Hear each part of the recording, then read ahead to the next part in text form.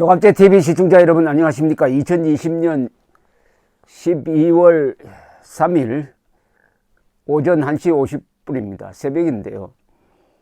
아주 특별한 뉴스가 있어서 전해드리려고 새벽에 일어났습니다. 문재인 대통령이 지금 초조합니다. 이게 추미애 장관을 앞세워가지고 윤석열 검찰총장을 밀어내려고 했더니 그 예측대로 행동하지 않고 있습니다.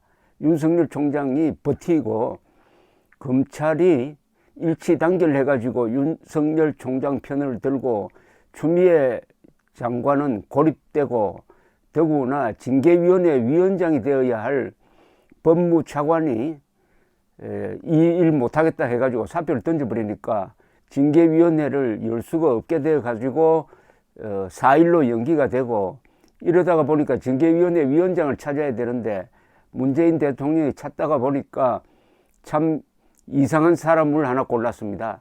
이런 데서 이제 패착이 일어나는 거죠. 이용구 법무차관인데 이 사람은 우리법연구회 출신입니다. 우리법연구회가 지금 판사사회의 주도 세력이 되었는데 이것은 법관들 사이에 일종의 사조직이죠. 군대에 하나회가 있어가지고 한때 전두환 노태우 정권 때 실세로 힘을 쓰다가 김명삼 정부 때 된소리를 맞은 것과 비슷한 이 우리법연구회 출신입니다. 이 우리법연구회가 대한민국의 사법의 독립성과 사법의 객관성, 중립성을 해치는 가장 큰 문제 중에 하나죠. 문제 집단이죠. 사실 이 문제 집단 속에서 사람을 뽑기는 뽑았는데 이 사람이 뭐 부동산이 많다든지 하는 그거는 젖혀두고 일단 윤석열 총장 측에서는 기피 신청을 이 징계위원회에서 이 사람은 위원장으로서 자격이 없다 해가지고 기피 신청을 검토하고 있다고 합니다. 기피 신청은 말하자면은 이게 공정한 징계를 할 사람이 못 된다. 그 이유는 이 사람이 가지고 있는 여러 가지 정치 성향 뭐 이런 걸 가지고 주로 따지겠는데 그것보다도 직접적인 이해 충돌 사례가 이 중앙일보와 조선일보에 의해서 특종으로 보도가 되었습니다. 어젯밤입니다.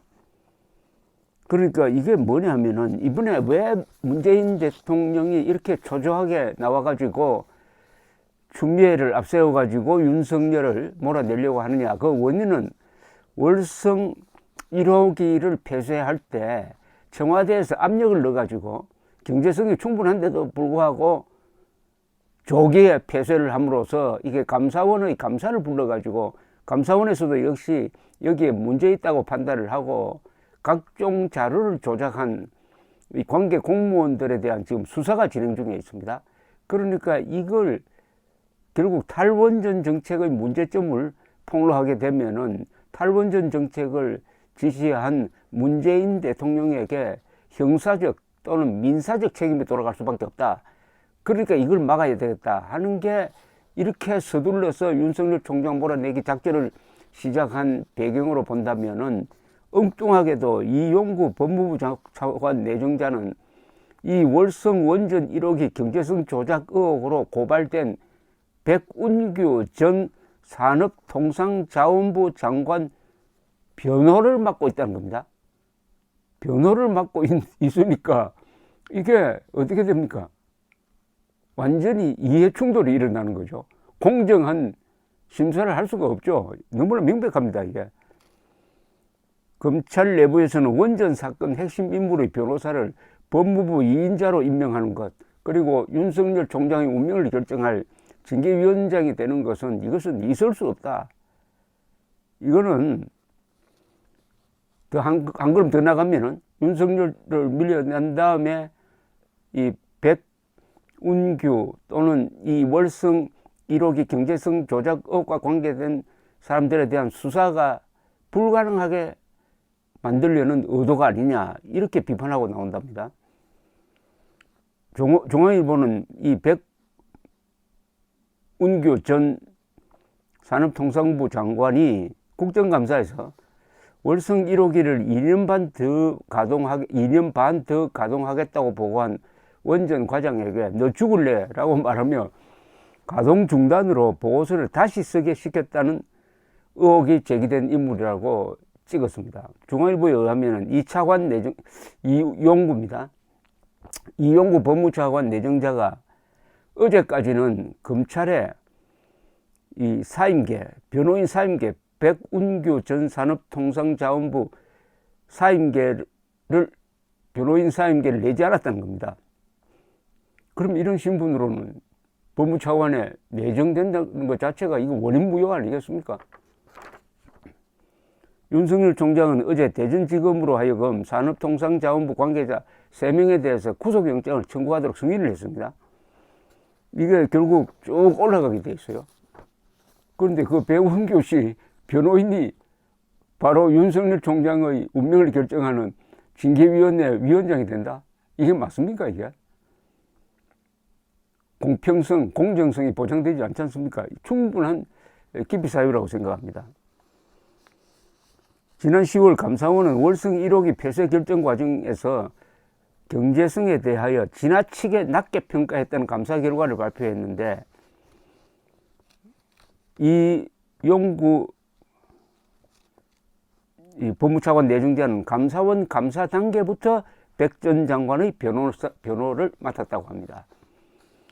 국민의힘은 백 전 장관을 비롯해 월성 원전 조기 폐쇄 당시 청와대 산업정책비서관으로 일했던 최희봉 한국가스공사 사장 등 12명을 지금 직권남용, 업무방해 등 혐의로 대전지검에 고발했고, 대전지검은 지금 백 전 장관 자택 등을 압수수색하고 휴대전화를 디지털 포렌식하며 수사를 지금 집중해 왔습니다. 한 부장검사는 중앙일보 측에 이런 이야기를 했네요. 윤 총장 직무 배제의 배경으로까지 거론되는 원전 수사 핵심 피의자의 변호인을 다시 총장을 지휘 감독하는 법무부의 차관으로 임명하고 징계위원회 위원장이 되도록 한다는 것은 상식선에서 이해할 수 없는 처사다. 얼마나 급했으면은 이해충돌 문제도 확인되지 않는 인물을 차관으로 선임할 수 있느냐라고 했다고 합니다. 한편 윤석열 검찰총장 측은 4일 열리는 검사 징계위원회에 나가가지고 원전 수사의 당위성을 밝힐 예정이라고 하는데, 원전 수사 변호사를 맡은 인물이 징계위원으로 앉아 있으면 이게 공정한 징계가 되겠느냐 하는 근원적인 의문이 제기되었는데, 이게 결국은 또 악수를 둔 거죠. 문재인 정권이 얼마나 조급한 걸 잘 보여주고 있습니다. 더구나 서울행정법원이 윤석열 총장에 대한 직무정지 조치는 부당하다. 이 검찰의 독립성과 중립성을 해친다. 이것은 과잉 일종의 권한남용에 해당한다라고 아주 조목조목 추미애 장관의 윤석열 검찰총장 직무정지 행위에 대해서 조목조목 비판을 했습니다. 그렇다면은 징계위원회에서 그걸 상무시하고 해임을 결의하고 문 대통령한테 올려가지고 문 대통령이 그것을 제거하면은 어떤 문제가 생기느냐? 법원에 의해서 이미 위법사항이 있다고 판단된 부분을 고치지도 않고 그냥 그대로 밀어붙이니까 법원 판결에 대한 도전이죠. 법원을 무시하는 거죠. 법원 무시. 그리고 총장의 2년 임기제 무시. 이것은 대통령이 5년 임기가 보장되어 있는데 당신 3년만 하고 물러나 하고 하는 거하고 마찬가지 아닙니까? 가장 중요한 임기제 중에 우리나라에서 가장 임기제가 잘 지켜지지도 않고 하지만 그래도 검찰총장의 임기제는 나름대로 준수되어 왔습니다. 몇 가지 예외는 있습니다만. 그리고 대통령 임기제, 대법원장 임기제, 아니 대법원장을 검찰총장 하는 식으로 임기제가 있음에도 불구하고 밀어내는 수가 있습니까? 그렇다면 판사를 들고 일어날 것 아닙니까? 이렇게 무리를 하도록 하다가 결국은 지금 말씀드린 것처럼 월성 원전 1호기 경쟁성 조작 사건이 지금 수사 대상인데 그 피의자 측의 변호인이 검찰총장의 운명을 결정하는 차관으로 들어간다고 하면은 이 모든 구조가 더 엉망진창이 되어버리고, 이거는 뭐 법도 없고 상식도 없고 완전히 무법천지구나. 문재인 추미애는 무법천지를 만드는 사람이구나 하는 것을 확인시켜 주는 것 아니겠습니까? 그러면 국민들이 참다 못하다가 드디어 폭발할 수도 있지 않느냐. 그런 점에서 이번 징계위원회의 결정은 이게 큰 사건으로 가는 도화선이 될 수 있다는 그런 이상한 느낌이 오는 것입니다. 문재인 대통령도 결국 자신의 운명을 자신이 만들어 갈 것입니다. 윤석열을 해임하는 그날 문재인 대통령은 자기의 미래를, 특히 퇴임 이후의 미래를 스스로 결정하게 될 것입니다. 감사합니다.